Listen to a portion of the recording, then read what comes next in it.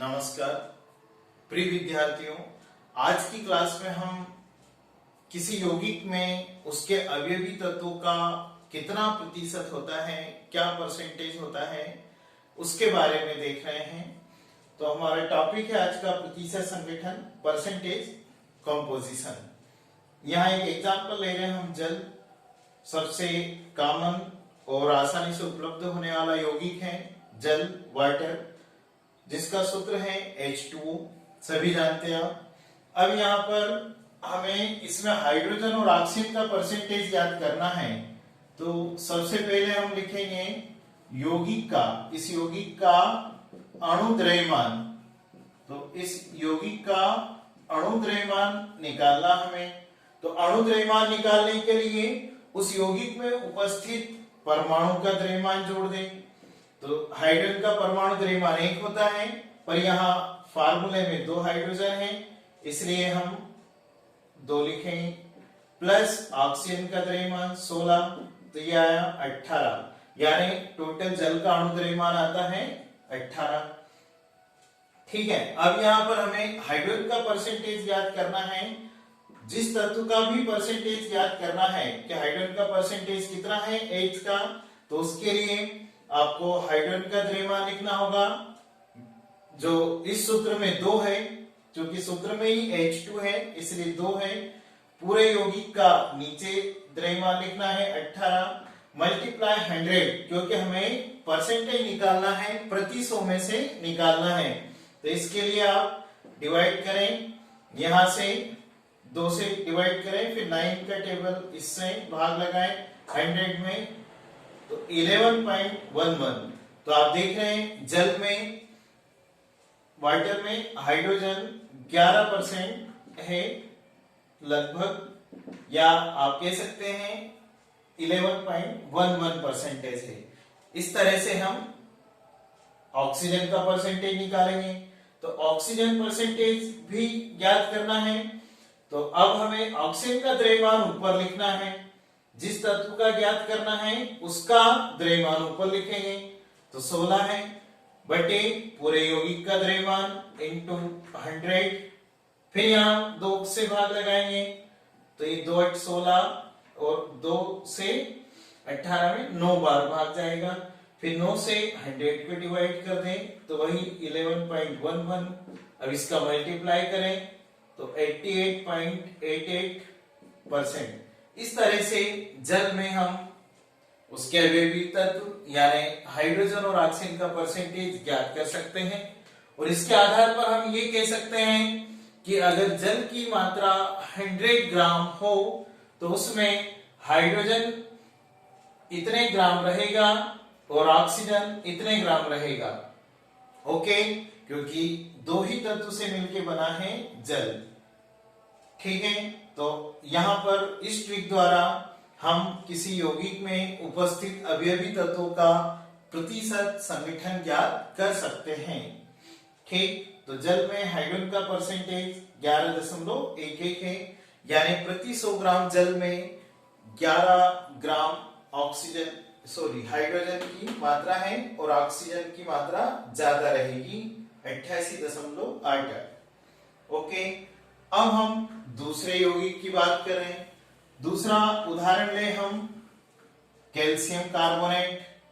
तो calcium carbonate CaCO3, ठीक है, जिसे हम संगमरमर भी कहते हैं, खड़िया या चूना पत्थर, ये कैल्शियम कार्बोनेट है। ओके। अब कैल्शियम कार्बोनेट का ठीक इसी आधार पर हमें इस अणु का द्रव्यमान निकालना है, इस यौगिक का। तो इसके अवयवी तत्व कैल्शियम, कार्बन और ऑक्सीजन, इनके परमाणु का द्रव्यमान को जोड़ देंगे। तो यहां पर कैल्शियम का परमाणु द्रव्यमान 40 है, जो हमने लिखा है। तो आपको थोड़ा सा क्या परमाणु द्रव्यमान याद होना चाहिए इसके लिए। अब कार्बन का परमाणु द्रव्यमान 12 है। अब आप देख रहे हैं ऑक्सीजन इस सूत्र में 3 है, O3 लिखा है। तो आप क्या करें, 3 से मल्टीप्लाई कर दें 16 को, क्योंकि एक ऑक्सीजन का द्रव्यमान 16 है परमाणु द्रव्यमान, और सूत्र में 3 दिए हैं। तो यहां पर आपको लिखना है फिर 40 प्लस 12 प्लस ये 48। अब इन सबको जोड़ा हमने तो 100 आया। तो कैल्शियम कार्बोनेट में सभी जो तत्व हैं उनके परमाणु का द्रव्यमान का योग किया तो 100 आता है। अब यहाँ पर संगठन प्रतिशत निकालना बहुत आसान होगा। तो कैल्शियम का परसेंटेज निकालें तो ये 40 को ऊपर रखना है, जिस तत्व का द्रव्यमान निकालें उसको ऊपर रखें। 40 बटे 100 पूरे अणु का द्रव्यमान इंटू 100 करना है, क्योंकि हमें प्रतिशत निकालना है, प्रति 100 में से निकालना है। तो इस तरह से कैल्शियम का परसेंटेज आएगा, ये 100 से पूरा पूरा भाग जाएगा तो 40 आएगा। तो यानी आप कह सकते हैं कि कैल्शियम कार्बोनेट में कैल्शियम की प्रतिशत मात्रा 40 होती है, 40% होती है। और अगर ग्राम में देखें तो 100 ग्राम कैल्शियम कार्बोनेट में कैल्शियम 40 ग्राम होगा। इसी तरह इसी ट्रिक से कार्बन 12 होगा। ठीक है, कैसे? कार्बन का परसेंटेज तो ये 12 को आपको ऊपर लिखना है बटे 100 पूरे यौगिक का अणु द्रव्यमान है इंटू 100। तो यहाँ पे 100 से 100 डिवाइड होगा 12, यानी 12% है कार्बन का। और इसी ट्रिक से ऑक्सीजन का परसेंटेज 48 आएगा। ओके, अब एक तीसरा सूत्र देख रहे हैं हम अन्य, जिसमें संगठन प्रतिशत निकालना है। तो वो हम कोई भी यौगिक ले सकते हैं। तो अभी हम यहाँ पर किसी भी यौगिक को ले तो उदाहरण के लिए हम यूरिया लेते हैं। यूरिया, उसका आपको फार्मूला याद होना चाहिए। तो यूरिया का सूत्र है NH2CO NH2, या आप लिख सकते हैं इसको यूरिया का फार्मूला NH2 का होल ट्वाइस CO।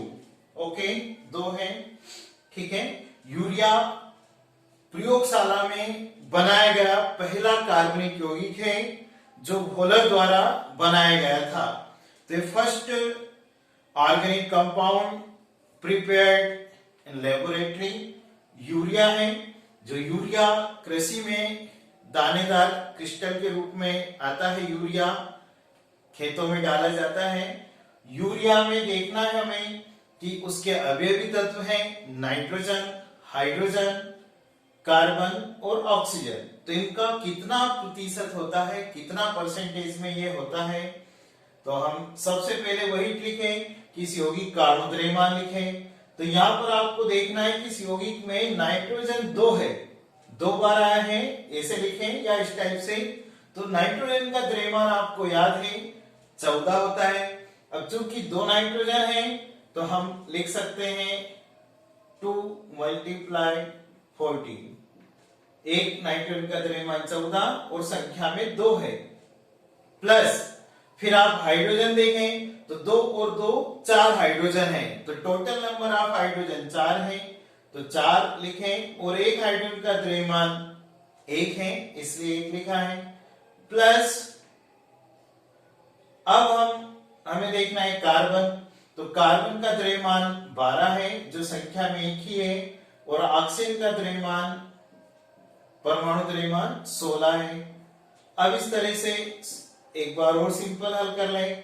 तो 14 दूना 28 प्लस 4 प्लस 12 प्लस 16। अगर आप इन सबको जोड़ेंगे तो कितना आएगा? 6 2 8 4 12 8 20 की शून्य आएगी। ठीक है, कैरी 2 होगा। 1 2 4 2 6 2 8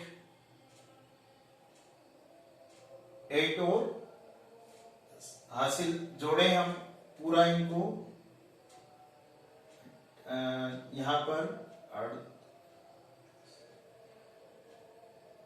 8 4 12 2 14 6 20 की शून्य हासिल 2 2 2 4 5 और 1 6, यानी टोटल 60। ओके, यूरिया का अणु द्रव्यमान आया 60।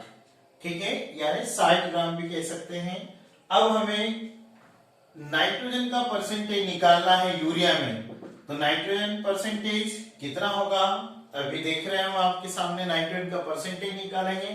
यूरिया में जो नाइट्रोजन पौधों के लिए एक क्रांतिक तत्व है, क्रिटिकल एलिमेंट्स हैं, तो यूरिया में नाइट्रोजन का परसेंटेज कितना होता है, उसके लिए हम यहाँ पर नाइट्रोजन इस सूत्र में, यूरिया में उसका द्रव्यमान है 28 बटे पूरे यौगिक का द्रव्यमान लिखें 60 मल्टीप्लाई 100, परसेंटेज निकालना है इसलिए 100 से डिवाइड कर रहे हैं, सॉरी मल्टीप्लाई कर रहे हैं। अब इसे हल करें तो शून्य से शून्य कैंसिल हो गए हमारे। अब यहां से 2 का भाग लगा दें, 2 या 6 और ये 14। ओके, अब यहां पर 3 से डिवाइड करें, 3 1 जा 3, 10 को 3.33।